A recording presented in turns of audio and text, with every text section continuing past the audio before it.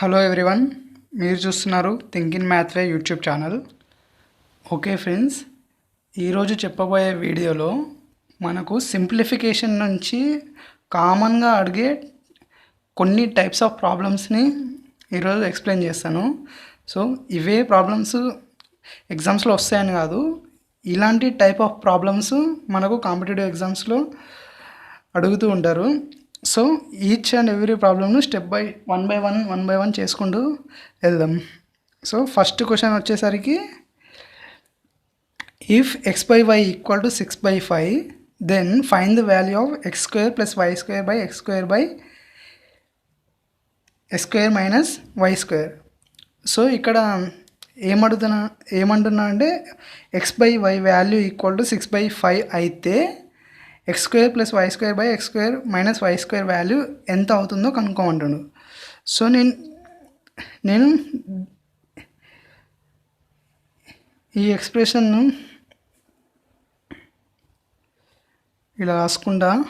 So ఇక్కడ నేను y స్క్వేర్ని common తీస్తా. So x square plus 1 by x square by y square plus 1 by x square by y square minus 1. So నేను ఎందుకు y స్క్వేర్ని common తీసుకున్నా అంటే, మనకు ప్రాబ్లంలో ఏదో ఒక కండిషన్ ఇస్తాడు. సో మనం ఫస్ట్ ప్రాబ్లమ్ని అండర్స్టాండ్ చేసుకోవాలి.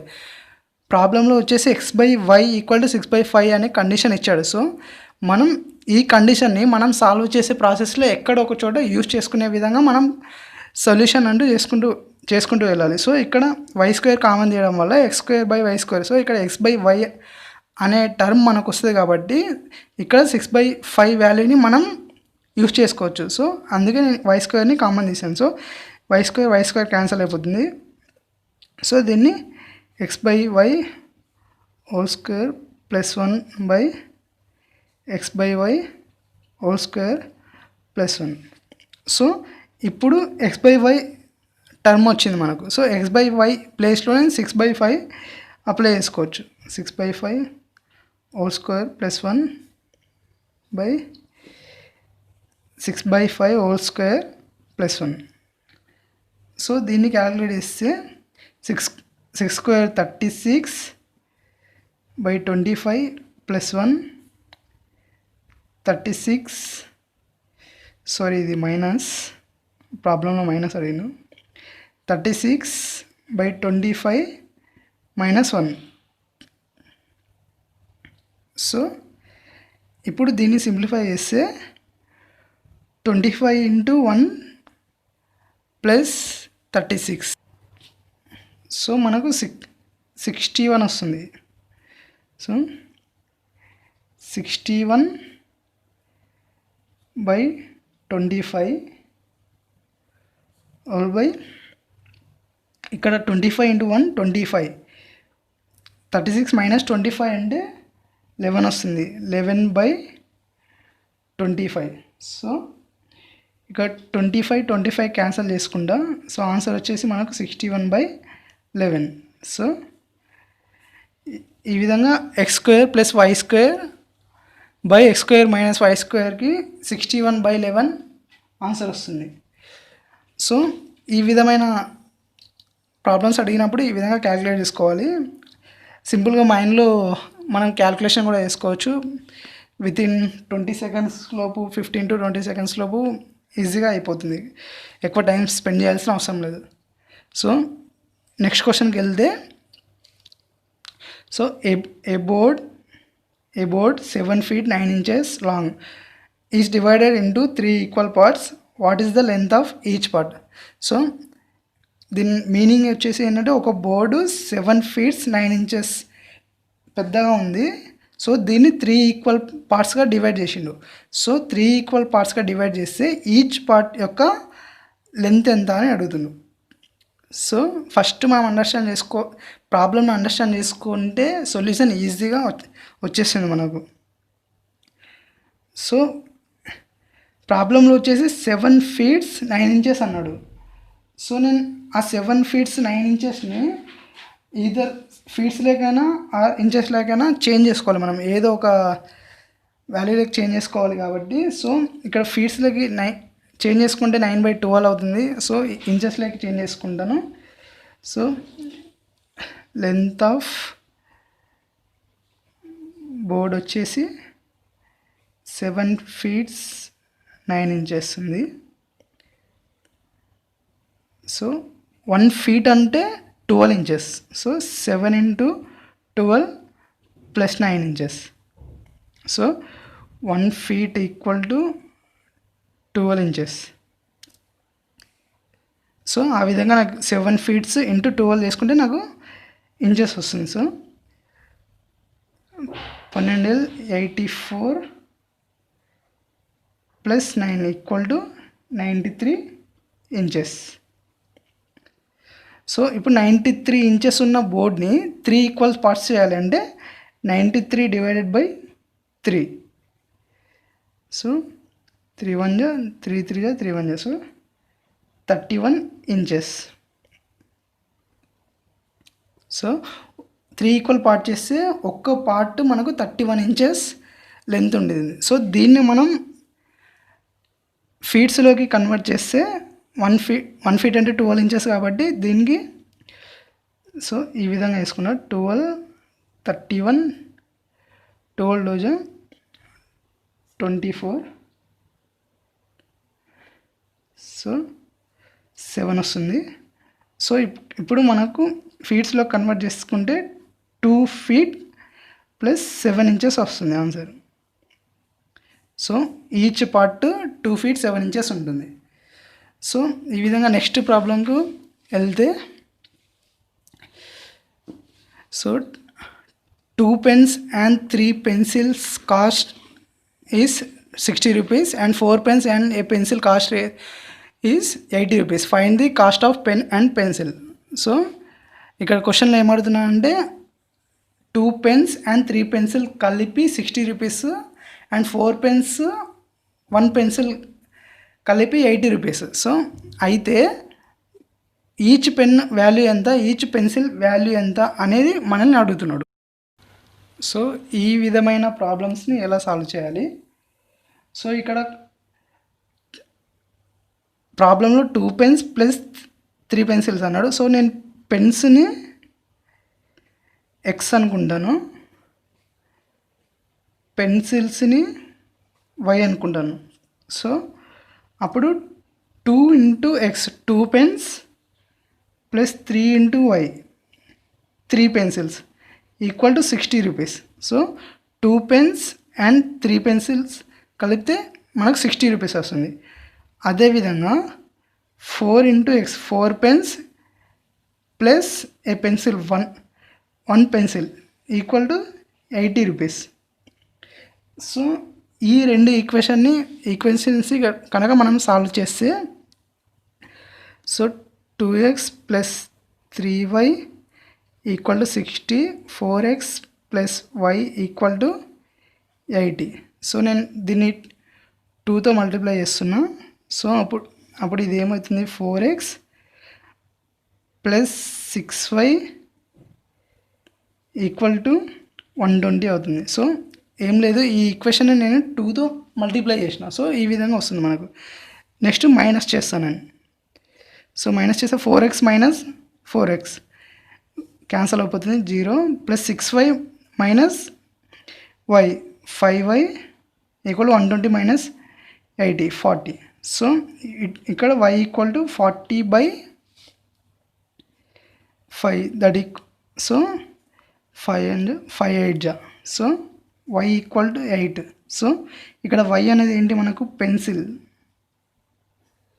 So each pencil value 8 rupees. So మనకు పెన్సిల్ వాల్యూ తెలిసింది కాబట్టి ఇప్పుడు ఈజీగా పెన్ వాల్యూ కూడా కనుక్కోవచ్చు. సో ఈ ఎక్స్ప్రెషన్లో నేను y వాల్యూని సబ్స్టిట్యూట్ చేస్తున్నాను. సో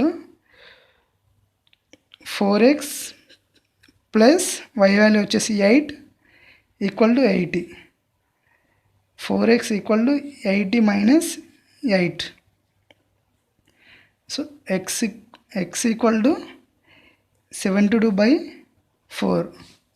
సో 4 1 జా 4 8 జా. So x equal to 18.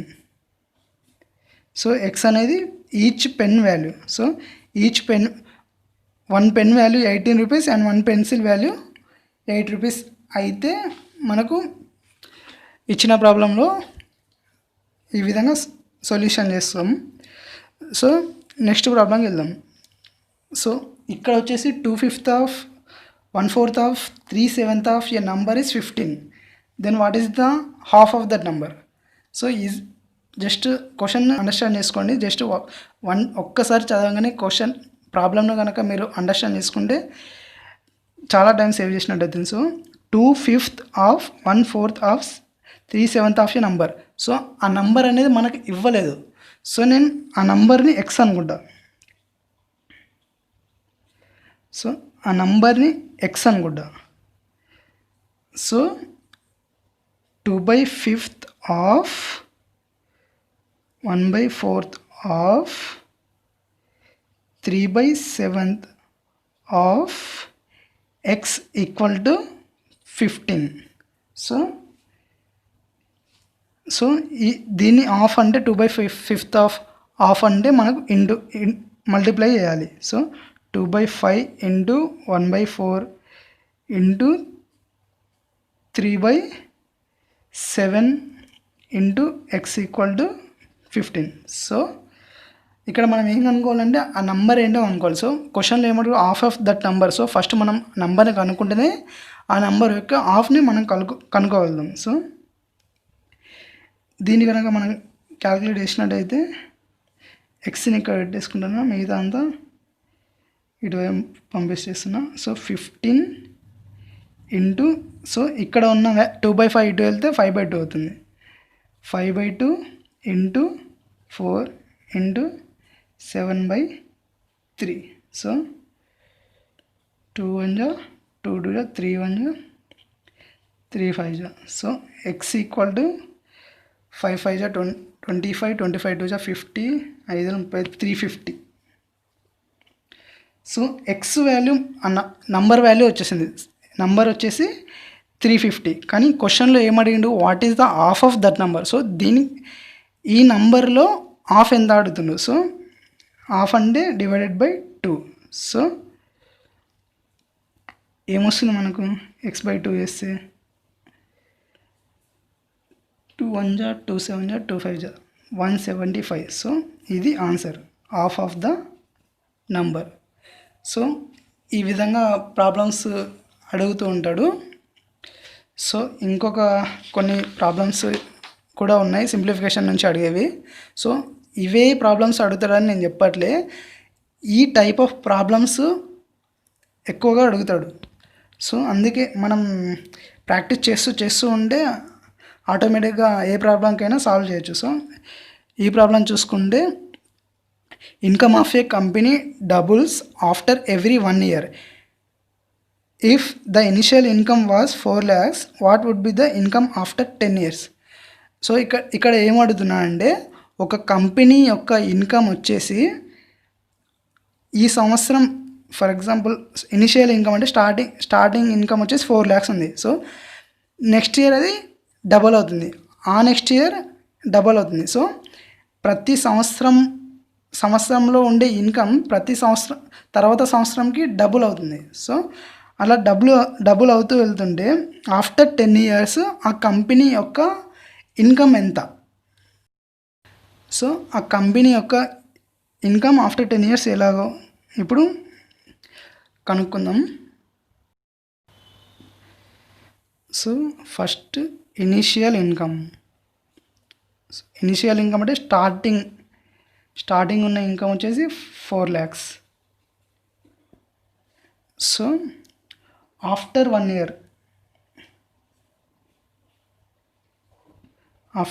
year ఇది డబుల్ అవుతుంది. So 4 into 2. So after 2 years, so ఇప్పుడున్న అమౌంట్కి మళ్ళీ డబల్ అవుతుంది. సో అంటే 4 into 2 into 2. సో అలా వేసుకుంటూ వెళ్తే, సో ఇక్కడ 1 ఉంది కాబట్టి 2 to the power of 1, 2 yearsకి 2 to the power of 2. So అట్లా ఆఫ్టర్ 10 yearsకి 4 into 2 to the power of 10. So 2 to the power of 10 అంటే 1024. సో ఇక్కడ వాల్యూ వచ్చేసి 4 4 జా 16, 4 2 జా 8, 9, 4 2 జా 40. సో 4096 lakhs ఇది. సో ఆఫ్టర్ 10 years ఒక కంపెనీ వాల్యూ 4096 lakhs అవుతుంది. దీన్నే మనం క్రోర్స్లోకి కన్వర్ట్ చేసుకుంటే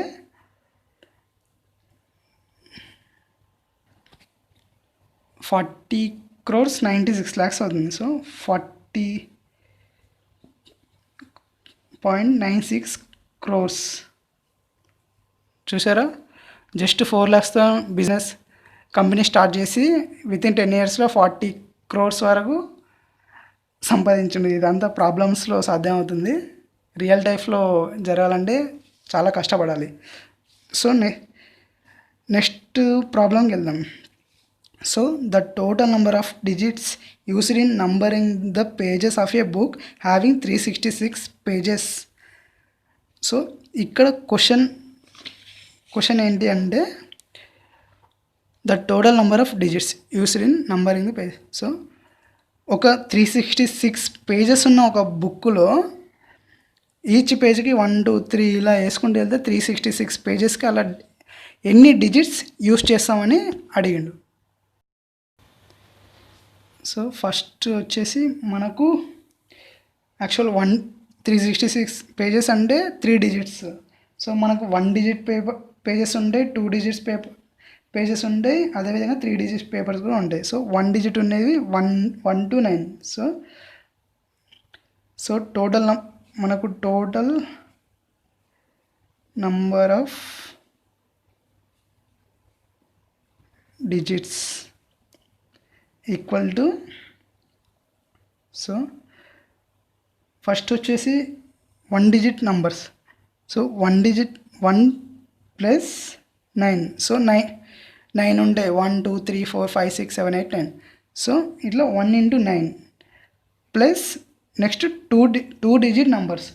2 digits ఎన్ని ఉంటాయి, 10 to 99. సో మనం 11 to 99కి కౌంట్ చేసుకుంటే మనకు 89 నెంబర్స్ ఉంటాయి. కానీ ఇక్కడ 10 కూడా ఇంక్లూడ్ కాబట్టి మనకి 90 digits ఉంటాయి. సో 10 నుంచి 99 వరకు మనకు 99 digits యూస్ చేస్తాం. సో అది నాన్ రిపీటెడా అని క్వశ్చన్లో ప్రాబ్లంలో ఏం అడగలేదు కాబట్టి మనకి no problem. So 2 into 90 plus next 3 digits numbers. So 3 into, so ఇక్కడ 366 pages వరకే ఉంది కాబట్టి మనకు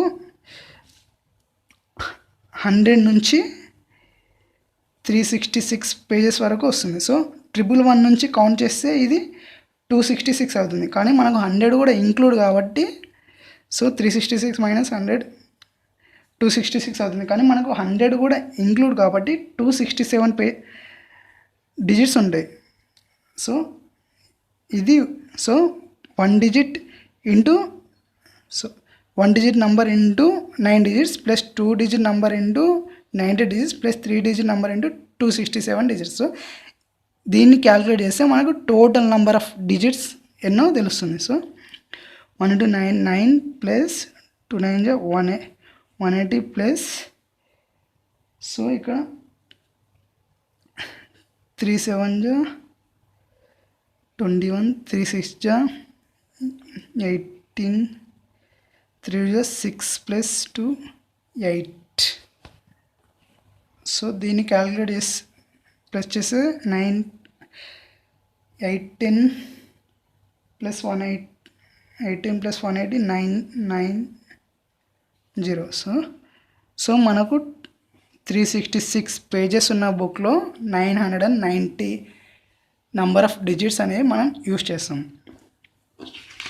సో ఇంకా వేరే ప్రాబ్లమ్స్ కనుక చూసుకున్నట్లయితే, సో ఈ ప్రాబ్లమ్స్ వచ్చేసి కాయిన్స్ మీద. సో ప్రాబ్లం వచ్చేసి a total of 324 coins of 20 paisa and 25 paisa make a sum of 71 rupees. So then the number of 25 paisa coins is. ఇక్కడ ఏమడుగుతున్నాడంటే మీ దగ్గర 324 కాయిన్స్ ఉన్నాయి. సో అందులో 20 పైసా కాయిన్స్ ఉన్నాయి, 25 పైసా కాయిన్స్ ఉన్నాయి. అన్నీ మనం కౌంట్ చేస్తే 71 రూపీస్ అవుతుంది. సో మీ దగ్గర ఉన్న 25 పైసా అండ్ 20 పైసా కాయిన్స్లో 25 పైసా కాయిన్స్ ఎన్ని ఉన్నాయో కనుక్కోమంటుండు. సో దీనికి సొల్యూషన్ వచ్చేసి మన దగ్గర 20 పైసా కాయిన్స్ ఎన్ని ఉన్నాయో తెలియదు, 25 పైసా కాయిన్స్ ఎన్ని ఉన్నాయో తెలియదు. కాబట్టి సో నేను 20 పైసా నంబర్ ఆఫ్ 20 పైసా కాయిన్స్ వచ్చేసి ఎక్స్ అనుకుంటాను. So number of 25 Paisa coins వచ్చేసి 324 మైనస్ ఎక్స్. సో ఎందుకంటే మనకు తెలుసు ఆల్రెడీ టోటల్ కాయిన్స్ వచ్చేసి 324 ఉన్నాయి. సో అందులో 20 పైసా కాయిన్స్ వచ్చేసి ఎక్స్ ఉంటే 25 పైసా కాయిన్స్ వచ్చేసి 324 మైనస్ ఎక్స్ ఉంటాయి. సో ఇందులో నుంచి సో ఎక్స్ ఇప్పుడు 20 పైసా 0.20 మనం 1 రూపీస్లోకి సో రూపీస్లోకి క్యాలిక్యులేట్ చేస్తున్నాను నేను. 0.20 ఇంటూ ఎక్స్. సో నేను రూపీస్లోకి ఎందుకు క్యాలిక్యులేట్ చేస్తున్నా అంటే ప్రాబ్లంలో మనకు 71 రూపీస్ అడిగిండు. సో మనం 71ని 7,100 పైసలకి కూడా చేంజ్ చేసుకోవచ్చు. అలాగే చేంజ్ చేసుకున్నాం. సో ఫస్ట్ అయితే 0.20 X plus 25 Paisa into 324 minus X equal to 71 rupees. So ఇప్పుడు మొత్తం అంతా రూపీస్లో ఉంది. సో ఇక్కడ 0.2 ఉన్నది మల్టిప్లికేషన్కి ఎందుకు. సో నేను దీన్ని రూపీస్లో పైసలకి కన్వర్ట్ చేస్తున్నాను. So 20x plus 25 into 324 minus X equal to 7,100 Paisa. So 71 rupees అంటే 7,100 పైసా. సో దీన్ని మనం సాల్వ్ చేస్తే 20x plus 25 into 300 so 324 into 25 4 జా 100 56 25 3 జా 75 81. So 8100 minus 25x equal to 7100. So ఇక్కడ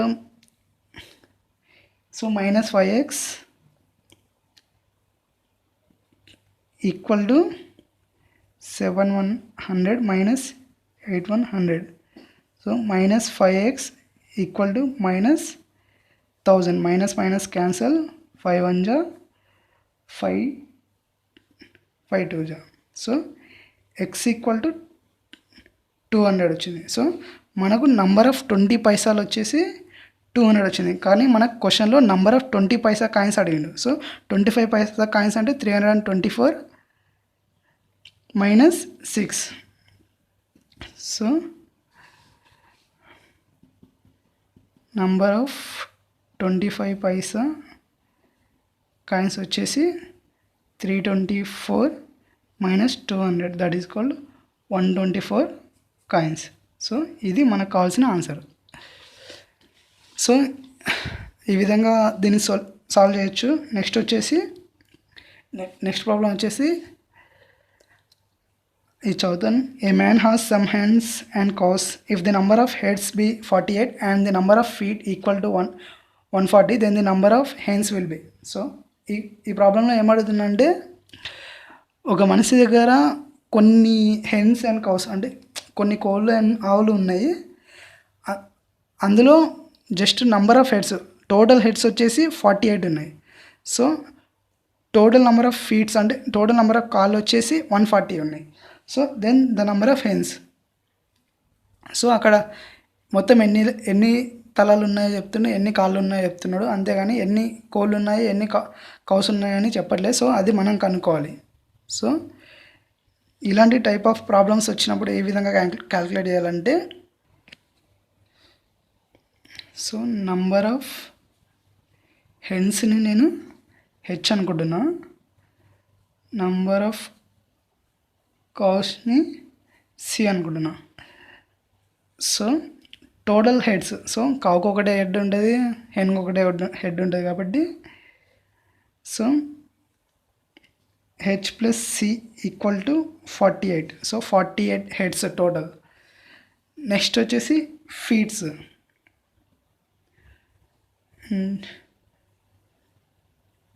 సో హెన్కి వచ్చేసి టూ లెగ్స్ ఉంటాయి. సో 2 ఇంటూ హెచ్ ప్లస్ కౌకు వచ్చేసి 4 ఉంటాయి. 4 into C 1 head equal to total number of legs వచ్చి 140.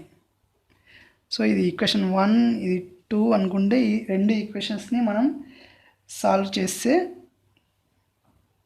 ఏమొస్తుంది, H plus C equal to 48, 2h plus 4c equal to 140. So నేను ఇక్కడ దీన్ని 2తో మల్టిప్లై చేస్తాను. సో అప్పుడు ఇదేమవుతుంది, 2h plus 2c equal to 2 8 16, 2 8 96 అవుతుంది.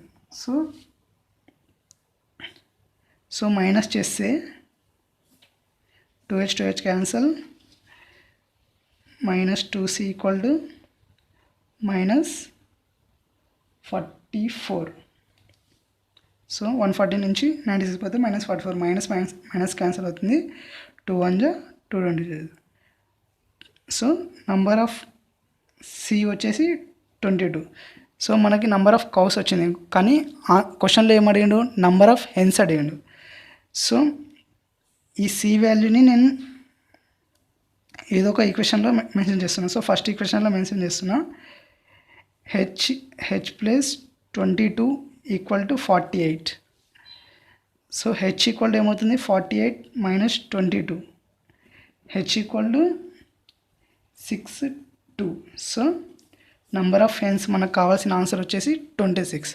సో 26 హెన్స్ అండ్ 22 కౌస్ అనేవి ఉంటాయి. So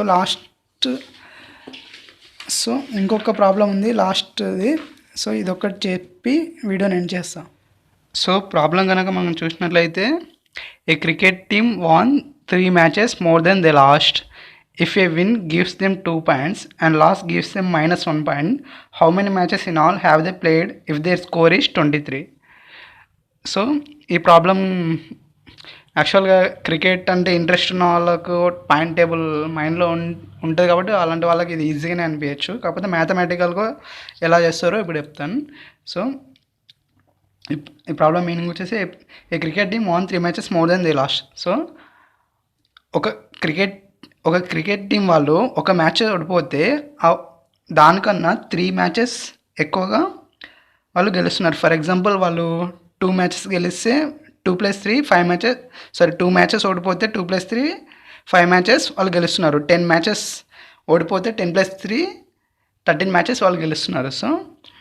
so if a win gives them 2 points. So win అయిన ప్రతిసారి 2 points వస్తున్నాయి అండ్ లాస్ అయిన ప్రతిసారి -1 point వస్తుంది. So how many matches in all, వాళ్ళు మొత్తం ఎన్ని మ్యాచెస్ ఆడారు.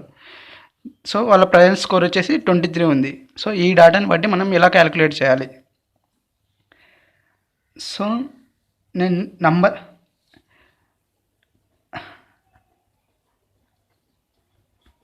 నంబర్ ఆఫ్ మ్యాచెస్ లాస్ట్, వాళ్ళు ఎన్ని మ్యాచెస్ ఓడిపోయినారో ఆ మ్యాచ్ దాన్ని నేను ఎక్స్ అనుకుంటున్నా.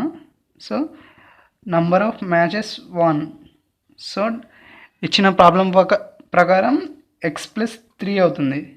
సో ఎందుకంటే వాళ్ళు ఓడిపోయిన మ్యాచెస్ కన్నా 3 matches ఎక్కువ గెలుచున్నారు కాబట్టి ఆ డేటా ప్రకారం ఎక్స్ ప్లస్ 3 అవుతుంది. మనకి ఏం కనుక్కోవాలంటే ఎక్స్ ప్లస్ 3 అనుకోవాలి. సో వాళ్ళు ఓడిపోయిన మ్యాచెస్ ప్లస్ గెలిచిన మ్యాచెస్ని మొత్తం కలిపితే మనకు టోటల్ మ్యాచెస్ ఎన్నో తెలుస్తుంది. సో దీన్ని యూజ్ చేసి మనం కనుక్కోలేము. సో సరైన డేటా లేదు కాబట్టి మనకి ఇంకొకటి ఉంది ఇక్కడ. So if a win gives 2 points వాళ్ళకు విన్ అయిన ప్రతిసారి 2 పాయింట్స్ వస్తున్నాయి. సో అంటే 2 ఇంటూ విన్నింగ్ వచ్చేసి x+3 ప్లస్ -1 లాస్ట్కి -1 into x equal to score వచ్చేసి 23 పాయింట్స్ వచ్చేసి. So 2x plus 6 minus x equal to 23, x equal to 23 minus 6 that equal to 17. So x equal to 17 వచ్చింది. So ఇక్కడ x అనే value మనకు just number of matches last. So number of matches 17 అయితే number of matches 1 వచ్చేసి గెలిచిన matches వచ్చేసి 17 + 3 that equal to 20. So వాళ్ళు మొత్తం 20 మ్యాచెస్ గెలిస్తే 17 మ్యాచెస్ ఓడిపోయినారు. సో ఓడిపోయిన మ్యాచెస్ కన్నా గెలిచిన మ్యాచెస్ 3 ఎక్కువ ఉన్నాయి. సో ఇప్పుడు టోటల్ నంబర్ ఆఫ్ మ్యాచెస్ ఎంత అంటే x వాల్యూ వచ్చేసి 17. So answer is 37. సో ఇది total number of matches they played. So ఈ విధంగా క్యాలిక్యులేట్ చేస్తాం.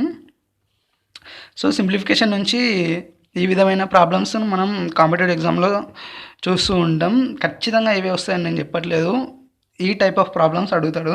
సో ఇవే కాకుండా నేను నా ప్రీవియస్ వీడియోస్లో సింప్లిఫికేషన్ టాపిక్స్ మీద తీసిన ప్రీవియస్ వీడియోస్లో వచ్చిన ప్రాబ్లమ్స్ కూడా అడుగుతాడు. అవి కూడా మీరు ఒకసారి చూడండి, వాటి లింక్స్ నేను కింద డిస్క్రిప్షన్లో ఇస్తాను.